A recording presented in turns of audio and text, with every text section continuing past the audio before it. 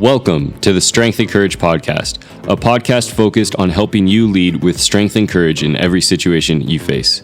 The Strength and Courage podcast is hosted by Ben Thomas and Hassan Kibirango. The Strength and Courage podcast is brought to you by our sponsor, Be to the World. Be to the World focuses on bringing fullness of life to the future of every child impacted by war. Stand with the millions of children in countries recovering from war so they can receive a transformative education. Start your journey as a Be to the World ambassador by making a monthly donation at www.betotheworld.org/donate. And now to Ben and Hassan for today's episode.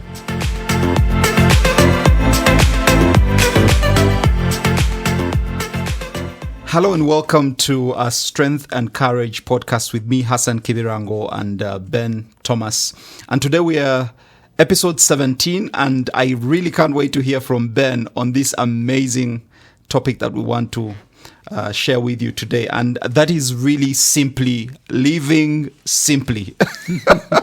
Living simply. And to be honest with you, Ben, it's almost counterintuitive, countercultural to even have that concept of living simply, because we live in a complex world today. And it seems that the more complex, the cooler, the more complex, the more sophisticated, the more complex, the better you are. I want to hear from you. What does living simply mean in a world of complexity? Yeah, thanks, Hassan. So it's really interesting. And I think a favorite author of mine is now a young man or a younger person named John Mark Comer. Okay. Who has written The Ruthless Elimination of Hurry. And The Ruthless Elimination of Hurry. Yeah, well worth the read. I'm telling you. And then he's also recently released a book, Live No Lies. And 2021 and 2022, his books were the first ones that I read to start off the new year. Wow. And I have not regretted it. And so he says this about living simply. It's a freedom to focus on what matters most. Wow. It's a freedom to focus on what matters most. And so in a world that is so in your face with propaganda, with advertisements, I don't have the numbers in front of me, but I drove from my house, which is, for friends that don't know, in like the very bottom of a valley facing a farm. No advertisements, just green and brown and rain. And then I drove through Kibirango. Yeah. How many advertisements are just in your face on that drive, plastered on the walls, on moto jackets, on the sides of buses? And that's not even the ones that I would count on the podcast I was listening to. Yes. Or if you listen to the radio, or the ads you might see on your favorite social media apps, right? So we live in this world that has so propagandized people and so commercialized everyone's experience that we can often be so confused as to what matters most. Wow. And so living simply, for me, adopting John Mark Comer's definition, has really been a freedom to focus on what matters most for me. Wow. Ben, I love hearing that definition. I mean, freedom to focus on what matters most. But how do you acquire that freedom? We seem to, again, the more we engage our world today, which is more complex, it takes us in all sorts of directions.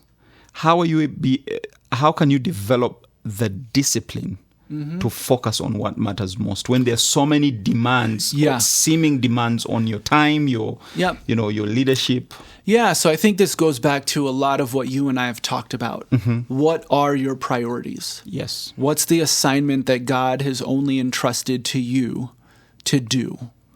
Right? And I don't think I'm wearing a new branded Beat of the World shirt. Yeah. That's Nike. Well, I don't think that my assignment is to help Nike gain a profit. Mm-hmm.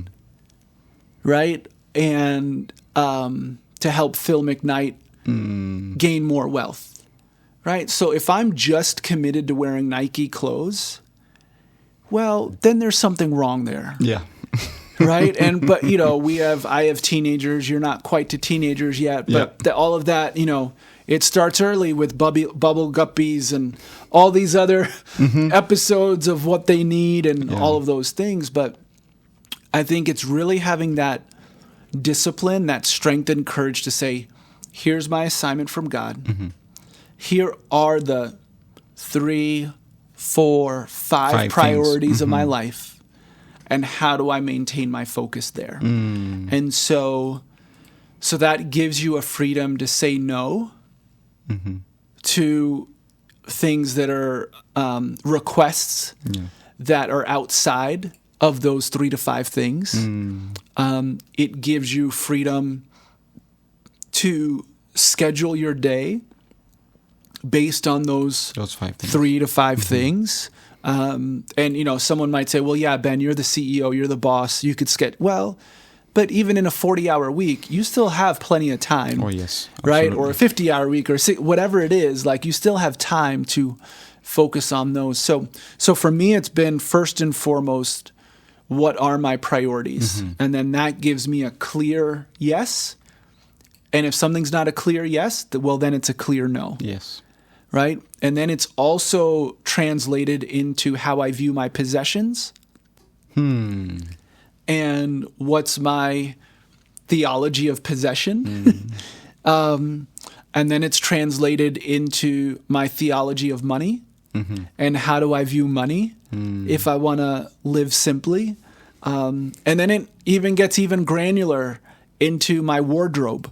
Oh, yes. And what do I want in my closet? How much of something do I want? All of those things. So it has and I'm happy to dive in deeper to all those areas. But so for me, it starts with what are those priorities that God has only entrusted to me? And then moving from there to say, okay, in the area of possessions, finances, and even down to my wardrobe, my vehicle selection, all of those things have a trickle-down effect as to how I choose to live simply. Wow. So leaning in a little bit more there, I want to know how this concept of living simply looks in your life. And I know you've just touched on it a little bit because some people might think living simply means being minimalist, having fewer things, fewer possessions. I get the feeling that living simply is more than that. It's not necessarily, detaching yourself from things. How do you embody and how do you live up living simply, in the different facets of your life as a leader, as a husband, father? Take us through. Yeah, so that's a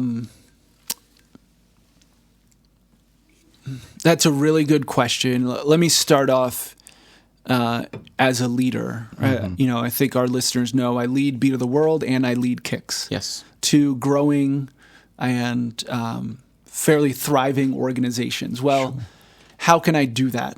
Well, I can only do that because there's an overlap between the 2. Right? They're not competing against each other. They both have a formal relationship with each other, and I play a role that overlaps in those 2 areas, specifically related around fundraising. Right? And so for me, it's even being able to say, like, I think I've got this entrepreneurial spirit. I don't pursue business deals. I don't, as much as I'm interested in real estate and launching different companies and things, I keep it clean. Keep it clean.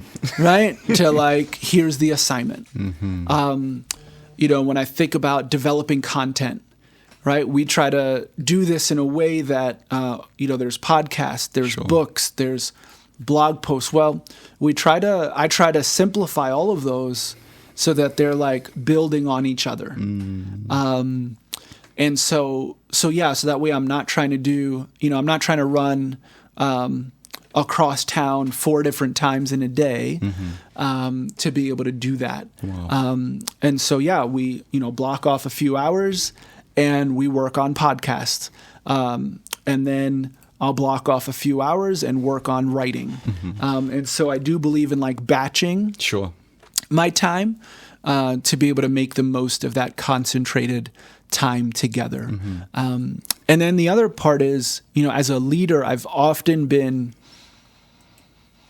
described, is probably the better word, as one that moves us too fast and moves us too far. Okay. And yet I would say I don't feel that way. You don't know the 100 things that I'm saying no to for us. But on these 2 or 3, we are going to push with everything we have, right? We're not going to try these other 100 things, right? And now those 2 or 3 might involve 100 details, right? And so people say, hold on, Ben, no, you told us these 100 things, but actually they're under the connected to those 1 or 2 or 3, right? So even, our strategic plan for Kicks and for Beat of the World, there's 3 areas for each. There's not 10. Wow. There's not 17. There's 3 main areas for Kicks. There's 3 main areas for Beat of the World, right? So I also embody those priorities, not just in my personal life, but in my professional life as well. And so, so those are some ways there. I think in my personal life, it really is a matter of understanding what I like, understanding what feeds my soul, and being okay with that, right? So if you come to our house, we have a big house, but it's actually it's a simple house. Yeah. There's not a lot of fancy things inside. There's a lot of space. Well, because I love space, right? We've got 4 growing kids that aren't getting any smaller. And so, when we had the opportunity to build a house, we built it on a cow path that nobody wants to drive on, but we're okay with because it's a simple place to live. Wow. Right? I could look out on Rwanda Green every day, and I'm okay with that. You're good right? with that. So it's choices that come down even to that. I love the color blue. So my family, I have 3 different blue vests. Okay. 2 light ones, 1 light one, 1 medium one, that typically would be enough for like the cold weather here. Yes. And then 1 heavier one that if I'm on an airplane, I might put on, or I might put on when I'm in the U.S. or the UK or wherever, underneath my larger blue vest. So my family makes fun of me that I have, Dad, you have so many blue vests. Well, no, this means I only have 1 fairly thin jacket, but any of my vests serve as part of my outerwear, right?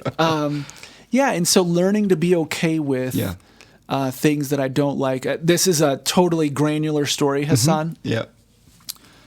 My wardrobe, I have had the same 2 dress pants, a plain pair of gray and a plain pair of navy blue dress pants since 2009.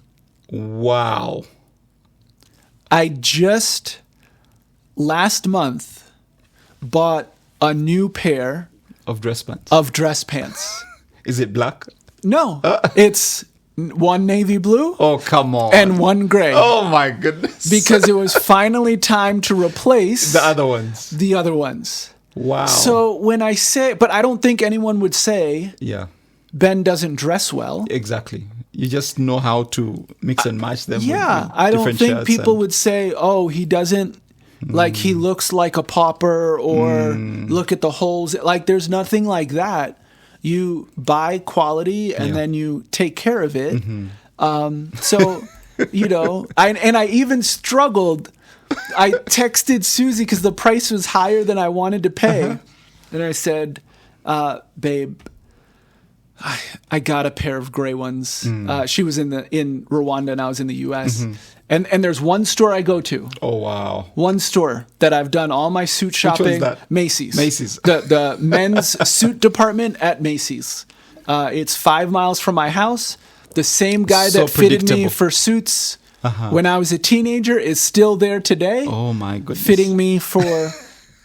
Talk about living simply. Yeah. And so I go into this world that's like, it's hard to describe a mall in Exactly. America. Like it's, it's I've been to a couple of them. Yeah. They're grand. so grand. Yeah. But I go right to where I need to go. I find the pants. I try them on. Yes, they fit. They're good. Oh, the price tag. So I say yes to the gray ones. I even go up to the cash register and I say, hey, can't you give me A discount a on this? discount? No, sorry, this is the best. I said, you know what? I got to leave this behind. I can't spend that on this. And so I go with the one pair of pants and I text Susie, hey, I got one pair. I found the perfect pair of navy ones, but I couldn't say, and not expecting her to. Yeah. And she says, So Ben, cute. it's been 13 years. Like, It's okay to make a change. It's okay. Like, happy Valentine's Day. Please go in and get. And I go back in and I say to the guy, I said, well, I texted my wife and she told me to get them. And he dropped the price for me. You are kidding me. No. And he said, here you go. Wow. Right. But that's like, and again, we're. Yeah. I hear you. I buy my shirts, my dress shirts from the same place. And I don't buy them every year. I buy them every 3 or 4 years. Yeah. I might buy 2 or 3 at a time. And then, so when you see me with the tie on, you'll often see me with a light blue shirt or a white shirt. Wow. 2 dress shirts that get you by. Right. I have like multiples of, I have like, I think 3 of each or something like that. But that's Simple. all I need. That's all you need. So if Susie were here, she would tell you how crazy this is. I wear the same blue tie, and I actually have 2 of the same blue tie. Yeah. And I was like, hey, babe, we have to find my tie. And so she's like, what about this? I was like, no, not that one. No, not. So she showed me like 10 of them. And I was like, Susie, you don't understand. It's this blue tie. And so anyway, from that, like wardrobe to finances to possessions, Wow. all of those You things. apply the principles of We apply the principles. living simply. Wow. Yeah, so I'll stop I there mean, and thank let you for sharing Yeah. the granular stories of your wardrobe. Yeah. Quite interesting. But I could tell you that about our house. Yes. I could tell you that about how we manage our finances. I could tell you, I just recently bought a new car. New to me. Okay, but not new.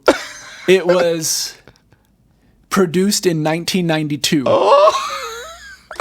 But it's beautiful, Okay. right? It's a nice little Land Cruiser Jeep that It moves. moves red with the white top. Like, it looks awesome. And there's nothing computerized on it. Oh, wow. Everything And is so manual. I can like tool around on it. It's a great car to teach Simon how to drive on. It handles our Cowpath Road really well. Is it a manual? It's a Okay. manual.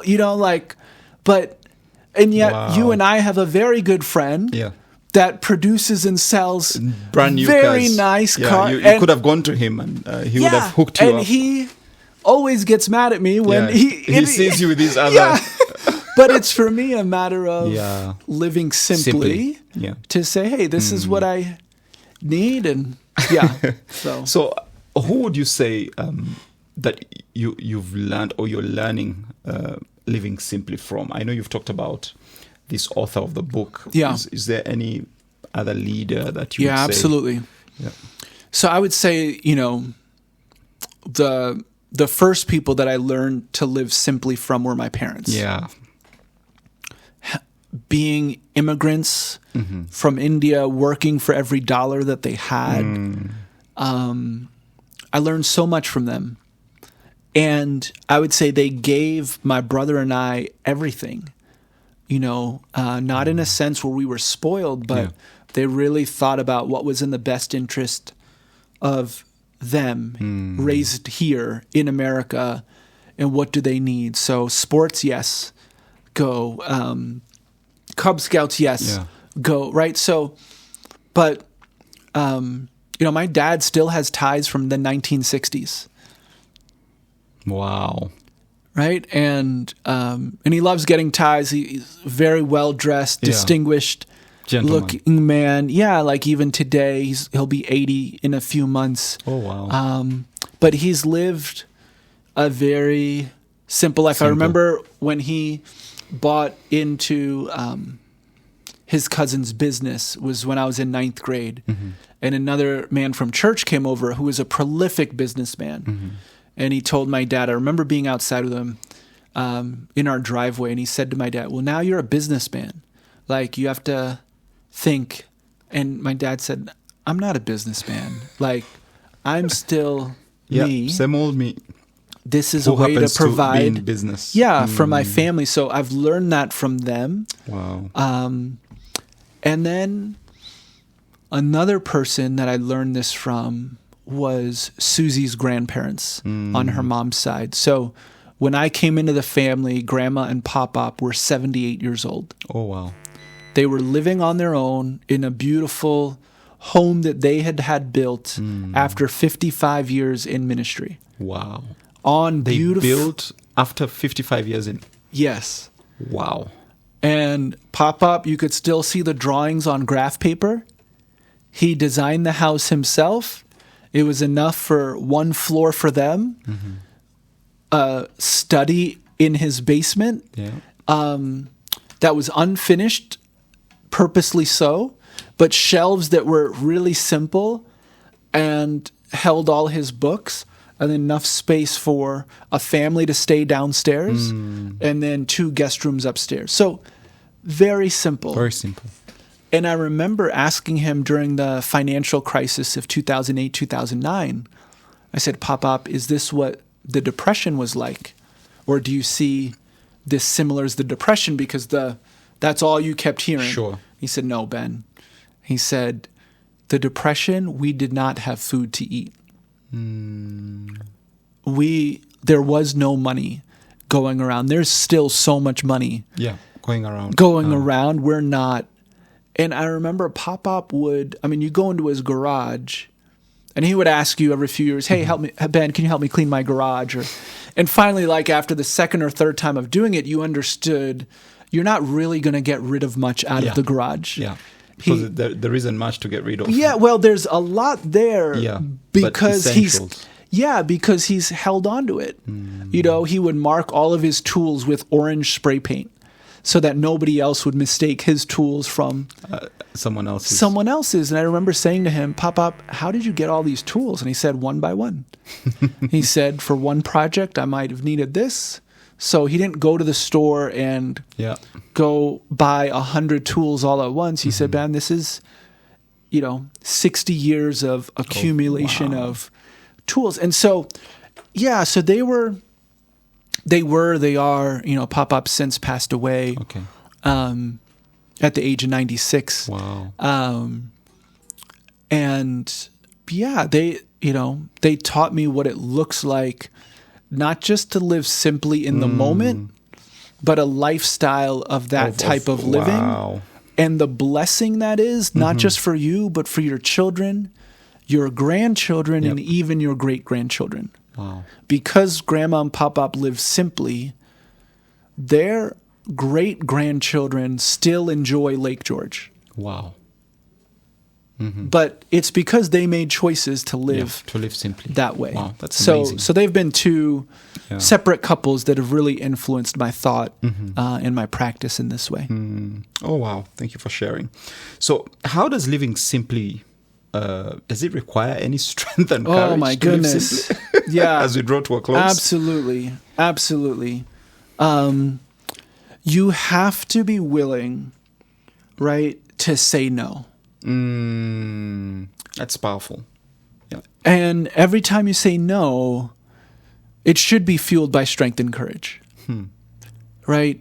Don't say no out of like laziness, right? But let your no be no just as strong as your yes is yes, right? And so to do that, that involves so much strength and courage. You know, for leaders that are listening, we got a lot into the granular with me, but hopefully that just shows like at every stage you have a choice to make. Yeah, at every stage. Every level, in your organization, at home, with your marriage, with your children, with your finances, with your possessions.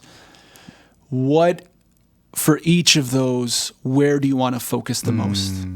Right? And living simply allows you to do that. And so if there's anything in your life that contradicts that view, begin to get rid of it, reevaluate it, and refocus. Wow. Thank you so much, Ben. Yeah. I mean, this was such a great conversation, and on a subject that many of us don't think through deeply, living simply. And I hope that as you lead, that you lead with strength and courage, and that you also embody the freedom to focus on the things that matter most while you live simply. That was it for us, episode 17 there. Hope to see you or share with you the next podcast next time. Bye-bye. We hope you enjoyed today's episode. Thanks for joining us today on the Strength and Courage podcast. Please share this episode with your friends and tag us on social media. Ben and Hassan are active across Twitter, Instagram, Facebook, and LinkedIn. You could follow Ben on Twitter and Instagram at Dr. Ben P. Thomas. You could follow Hassan on Twitter at H. Kibirango. Send us your questions via Twitter and we'll get back to you. Thanks to our sponsors at Be to the World. Visit www.betotheworld.org/donate to become a Be to the World ambassador today. Until next time, lead with strength and courage, because at least one person in this world needs you too.